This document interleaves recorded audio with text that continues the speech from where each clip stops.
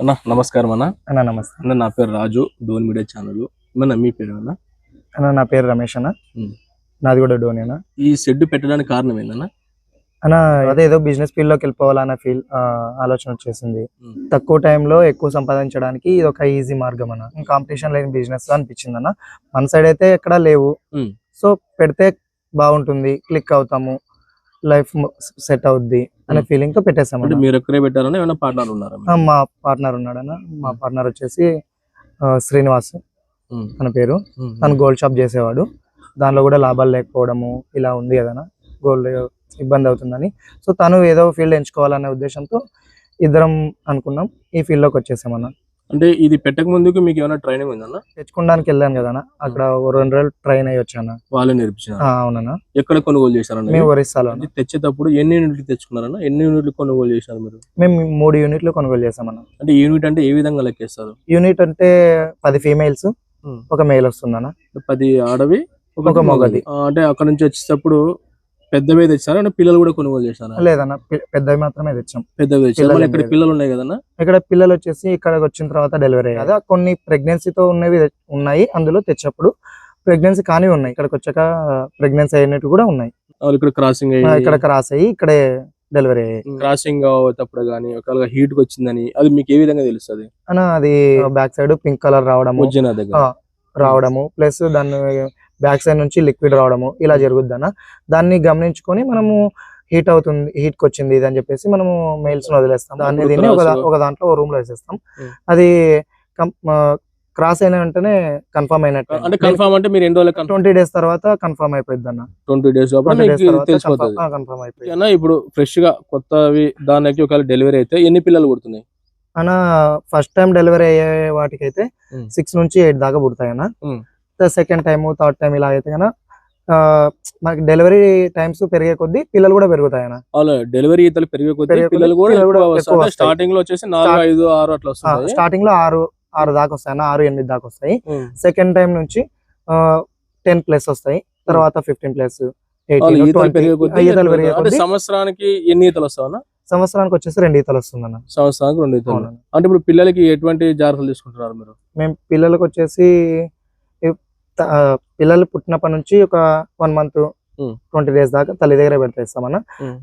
దాని తర్వాత తీసి పక్కకు పెట్టేసి దానికి ఫీడ్ సపరేట్ ఇస్తాం. దీనికి ఫీడింగ్ ఏ విధంగా ఇస్తారన్న? ఫీడింగ్ వచ్చేసి ఉదయం సాయంకాలం ఇచ్చేస్తామన్న.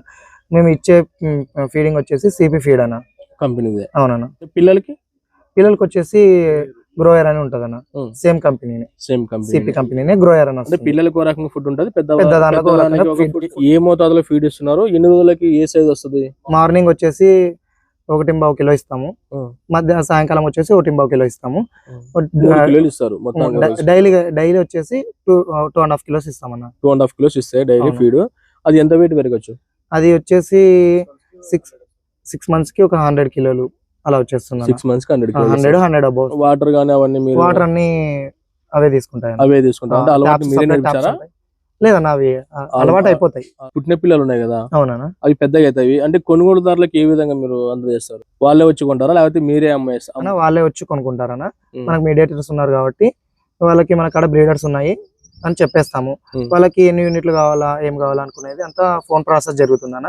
తర్వాత వాళ్ళకి ఏం కావాలంటే ఎన్ని యూనిట్లు కావాలంటే అన్ని యూనిట్లు వచ్చి తీసుకొని పోవడం అలా జరుగుతుంది. ఆల్రెడీ బిజినెస్ స్టార్ట్ చేసాము. ఏ జాతికి సంబంధించింది తెప్పించుకున్నారు మీరు? ఇది వచ్చేసి ఫస్ట్ ఆఫ్ ఆల్ దీని పేరు వచ్చేసి లార్జ్ వెయిట్ యార్క్షైర్ అన్న. అంటే ఎన్ని జాతులు ఉండొచ్చు దీంట్లో? దీంట్లో చాలా జాతులు ఉన్నాయన్న. మళ్ళీ ఈ జాతి ఎందుకన్నా? ఇదైతే మన క్లైమేట్ కి మన సైడ్ సెట్ అయ్యే జాతి అన్న. ఇది త్వరగా గ్రోత్ అవుతుంది, బాగా పెరుగుద్ది అనమాట. పందులు కొనడానికి ఎంత ఖర్చు అయింది? మాకి మొత్తం వచ్చేసి ఒక యూనిట్ కి 370 వచ్చింది అన్న. 3,70,000 వచ్చింది. 3 యూనిట్లు తెప్పించుకున్నాం. అంటే ఇప్పుడు ఎంత స్థానంలో నిర్మించారు అనేది? ఇప్పుడు వచ్చేసి మేము ల్యాండ్ 4 ఎకర్స్ తీసుకున్నాం అన్న. లీజ్ కి తీసుకున్నాం. 1 ఎకర్ లో కన్స్ట్రక్షన్ అంతా పెట్టేసుకున్నాం. ఈ షెడ్ నిర్మాణం ఇవన్నీ ఉన్నాయి కదా, దీనికంతా పెట్టుబడి ఎంత అయింది? పెట్టుబడి వచ్చేసి దీనికి 8 lakhs దాకా వచ్చింది అన్న. 7 lakhs దాకా వచ్చింది. 7-8 దాకా వచ్చింది నిర్మాణానికి. అవునన్నా, మేము షెడ్ పెద్దగా చేసుకున్నాం కాబట్టి వచ్చింది. నన్ను అడిగితే షెడ్ ఖర్చు తక్కువ చేసుకోవడం బెటర్ అన్న. షెడ్ ఖర్చు తక్కువ చేసుకుంటే బెటర్. కొద్దిగా తక్కువ ఇన్వెస్ట్మెంట్ లో పెట్టుకుంటే బాగుంటదని నా ఆలోచన.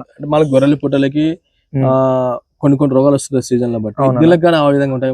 సేమ్ వస్తుందన్న. అలాగే ఫీవర్ రావడము, అన్ని సమస్యలు వస్తాయన్న.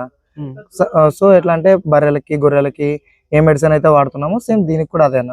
దీనికి కూడా అదే మెడిసిన్ ట్రీట్మెంట్ అయితే కంపల్సరీ క్యూర్ అవుతుంది. దానికి ఏం ప్రాబ్లం వచ్చినా ఫస్ట్ ఆఫ్ ఆల్ ఫీడ్ తినడం నీళ్ళు తాగడం మానేస్తుందన్న. దాన్ని గమనించుకొని మనం దానికి ఏమైంది అనేది మనం దాన్ని బట్టి ఫీవర్ వచ్చిందా లేదా చెక్ చేసుకోవాలి. లేకపోతే ఫీవర్ రావడం వల్ల కంపల్సరీ పడుకుంటుందన్న. మిగతా ఏ ప్రాబ్లం ఉన్నా ఉండడము ఇలా చేస్తుంది. లేచి నడచలేకపోయిందంటే ఫీవర్ వచ్చినట్టే పక్క. ఫుడ్ తినకపోవడము నీళ్ళు తాగకపోవడం ఇలా జరుగుతుంది. మనం దాన్ని గమనించుకొని దానికి ట్రీట్మెంట్ చేసుకోవాల్సిందే. ఇప్పుడు పండ్లు కట్ చేసి తోకలు కట్ చేసి దేనికోసం కట్ చేసినారు అన్న? ఇవి ఫీడ్ తీసుకునేటప్పుడు తల్లికి ఏం డ్యామేజ్ ప్రాబ్లం ఉండకోకుండా పాలు తాగుతాయి కదన్నా, పళ్ళు గుచ్చుకొని దానికి తల్లికి ఇబ్బంది కాకుండా, ప్లస్ ఇవి గొడవ పడడము అలాంటప్పుడు దెబ్బలు తగులుతాయన్న. తోకలు ఎందుకు కట్ చేస్తామంటే ఇది తీసుకున్న ఫీడ్ లో 20% ఫీడ్ ఆ తోక ఊపడం వల్లే వేస్టేజ్ అవుతుంది అనమాట, ఎనర్జీ వేస్ట్ అవుతుంది. సో దానికి తోకలు కట్ చేస్తామన్నా. ఏముండదన్నా, అదేముండదన్నా. దానికి ఇంజక్షన్ ఉంటది, ఇంజక్షన్ కూడా వేసేస్తాము, సరిపోతుందన్న. ఈ వ్యాపారము సీమ పందుల బిజినెస్ ఒక వర్గానికి సంబంధించి అంటే ఒక జాతికి సంబంధించిన వాళ్ళు మాత్రమే చేయాలనే కొంచెం ఉన్నది. కానీ దీన్ని ఏ విధంగా మీరు కొట్టివేయగలుగుతారు? అదేం లేదన్న, మనం సంపాదించుకోవాలి, బిజినెస్ చేసుకొని బాగుండాలి అనుకుంటే ఏదైనా చేసుకోవచ్చు అన్న. మాకి అన్నిట్లో ఇది అనిపించింది, చేసుకుంటున్నాం. బెస్ట్ ఆప్షన్ లాగా అనిపించింది, చేసుకుంటున్నాం. కాంపిటీషన్ లేని బిజినెస్. ఆల్మోస్ట్ గొర్రెలు మేకలు ఇవన్నీ ఫార్మ్స్ పెట్టుకున్నారు. సో మాకు కొద్దిగా డిఫరెంట్ గా చేయాలనిపించింది, చేస్తున్నాం అన్న. మాకైతే బెటర్ అని. మేము స్టార్ట్ చేసి 4 months అవుతుందన్న. 4 months ఉంది. ఈ 4 months లో ఏదైనా సేల్ చేసినారన్న? అన్న లోకల్ అయితే సేల్ చేస్తున్నాం అన్న ప్రెసెంట్ గా. ఇంకా ప్రాఫిట్స్ ఏ విధంగా? ప్రాఫిట్స్ అయితే బాగానే ఉన్నాయన్న, పర్లేదన్న. అంటే మీరు పెట్టిన పెట్టుబడి రావాలంటే ఎంత సమయం తీసుకుంటుంది? 1 year దాకా అవుతుందన్న. 1 year లో మీరు షెడ్ నిర్మాణం కానీ, లీజ్ నిర్మాణం కానీ, తెచ్చుకున్న ప్రొడక్ట్స్ నిర్మాణం కానీ మొత్తానికి సంబంధించిన పెట్టుబడి అంతా ఒక సంవత్సరంలో వెళ్ళిపోతుంది. ఒక 1 year దాకా దీని నుంచి లాభాలు ఏమో ఆశించకూడదు అన్న. మనం పెట్టిన పెట్టుబడి మొత్తం 1 year లో క్లియర్ అవుతుంది. ఇప్పుడు సెకండ్ ఇయర్ నుంచి నుంచి లాభాలు స్టార్ట్ అవుతాయి అన్న. దగ్గర ఉన్న హైయెస్ట్ సైజు ఎంత వెయిట్ ఉండొచ్చు? మనకి 100 above కొన్ని ఉన్నాయి, 100 లోపల కొన్ని ఉన్నాయి. పెద్దదంట హైయెస్ట్ అంటే 100 above కూడా ఉన్నాయి అన్న. 100 above ఉన్నాయి, 100 బిలో ఉన్నాయి. అంటే ఇప్పుడు కొనుగోలుదారులు ఎంత వెయిట్ ఉంటే కొనుగోలు చేస్తారు? 60-80 kgs పైన ఉండాలి. 80 kg పైన ఉంటే కొనుగోలు చేస్తామన్న. అన్న ఇప్పుడు మార్కెట్ గురించి చాలా అపోహాలు ఉన్నాయి. అంటే ఎలా అమ్మాలి, ఎలా తేవాలి, అంటే ఎలా సేల్ చేయాలి, ఎక్కడ సేల్ చేయాలని అపోహాలు ఉన్నాయి. దాన్ని ఏ విధంగా మీరు చేయగలుగుతున్నారు అన్న? ఇది మార్కెట్ అయితే మనం మీడియేటర్స్ ద్వారానే చేయగలుగుతాం అన్న. మనకు ఆల్రెడీ మీడియేటర్స్ ఉన్నారు కాబట్టి ఏం ప్రాబ్లం లేదు. మాకు మార్కెట్ గురించి అయితే భయం లేదన్న. ఏ ప్రదేశాల వాళ్ళు ఎక్కువ తీసుకుంటారు? కర్ణాటక, తమిళనాడు, కేరళ ఇవి కంపల్సరీ ఇట్ సైడ్ నుంచి అయితే ఎక్కువ బిజినెస్ ఉందన్న. ఇప్పుడు మన ప్రేక్షకులకి మీరు ఏదైనా చెప్పదలుచుకున్నారా? ఈ బిజినెస్ చేయాలనుకుంటే ఎటువంటి పరిణామాలు ఉండాలి, ఎటువంటి ఆరోగ్య సూత్రాలు పాటించాలి, ఎటువంటి క్లీనింగ్, ఎంత పెట్టుబడి అనే దాని గురించి ఒక 2 నిమిషాల్లో మీరు ఓన్గా మీరు ఎక్స్ప్లెయిన్ చేసినది కొంచెం మన ప్రేక్షకులకు తెలియజేయండి అన్న. ఇప్పుడున్న సిచ్యువేషన్స్ అయితే జాబ్లు అన్ని తెచ్చుకోవడం అంటే కష్టమే అన్న. సో సొంతంగా బిజినెస్ చేసుకుంటే బెటర్ అనిపిస్తుంది. సో ఇప్పుడు చదువుకున్న వాళ్ళు కూడా కొంచెం ఇంట్రెస్ట్ ఉన్న వాళ్ళు చేసుకోవడం బెటరే అన్న, నేను కాదని చెప్పాను. సో మనకి ఎట్లా అంటే బిజినెస్ మీద ఇంట్రెస్ట్ ఉన్న వాళ్ళు చేసుకుంటే బెటర్ అన్న. దీనికి ప్రభుత్వం ఏదన్నా ఆదుకుంటుంది? అదండి సబ్సిడీస్ ఉన్నాయన్న. తీసుకున్నారు అట్లా? లేదన్న, ఇంకేమి ట్రై చేయలేదు. ఒకవేళ తీసుకుంటే యూనిట్ కి ఇంత అనిస్తుంటది కదా, అది మల విసర్జన అంతా చేస్తుంటది కదా, అంత గలీజా అనిపిస్తుంది. అంటే అది ఆ రూమ్ లో ఆ కాంపౌండ్ లో ఎక్కడ పడితే అక్కడ చేస్తుందా, లేకపోతే ఒక చోట చేయడమా? దాని క్లీనింగ్ సెక్షన్ ఏ విధంగా ఉంటదన్న? అన్న అది ఒక చోట అనేది ఏముండదు అన్న, రూమ్ అంతా గలీజ్ చేస్తుంది. సో దీనికి ఇప్పటికైతే మేము సమ్మర్ లో అయితే పొద్దున సాయంకాలం క్లీన్ చేసుకోవడం బెటర్. వింటర్ అయితే 1 time సరిపోద్ది అన్న, ఎందుకంటే ఎక్కువ చలి ఉంటది. సో ఎక్కువ కూలింగ్ అవ్వకూడదు అనమాట, బాడీ టెంపరేచర్ ఇబ్బంది అవుద్ది.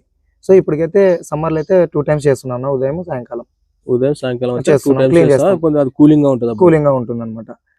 ప్లస్ అది నీట్ గా ఉంటది. మెయిన్ దాని గలీజ్ అంతా అక్కడ ఉండడం, దానికి ఇన్ఫెక్షన్ రావడం అలా జరుగుద్ది కాబట్టి 2 times చేసుకుంటే ఫీడ్ వేసేటప్పుడు అయితే ముందైతే క్లీన్ చేసుకుని ఈ పిగ్ ఫార్మ్ అయితే 4 నెలల క్రితం 3 యూనిట్లతో తన ప్రయాణాన్ని మొదలు పెట్టారు. ఇప్పుడు లక్షల లాభం ఆర్జిస్తున్నారు. ఖర్చు తగ్గించుకుంటూ పందుల ఆరోగ్యం పట్ల శ్రద్ధ చూపిస్తూ సుస్థిరంగా వ్యాపారాన్ని నిర్వహిస్తున్నారు. మీరు కూడా సీమ పందుల ఫార్మింగ్ మొదలు పెట్టాలని ఆలోచిస్తున్నట్లయితే ఈ వీడియో మీకు ప్రాక్టికల్ గా ఎంతగానో ఉపయోగపడుతుంది. ఫామ్ ను స్వయంగా చూడాలని అనుకుంటే ఉమ్మడి కర్నూలు జిల్లా డోన్ మండలం సోంపురం గ్రామం మీదుగా కామగానిగుంట్లోకి వెళ్లే మార్గంలో ఓ చిన్న నీటి కుంట ప్రక్కన వాసుదేవ్ ఫామ్ ఉంది. ఇంకా వివరాల కోసం సంప్రదించవలసిన నంబర్ 8853504549.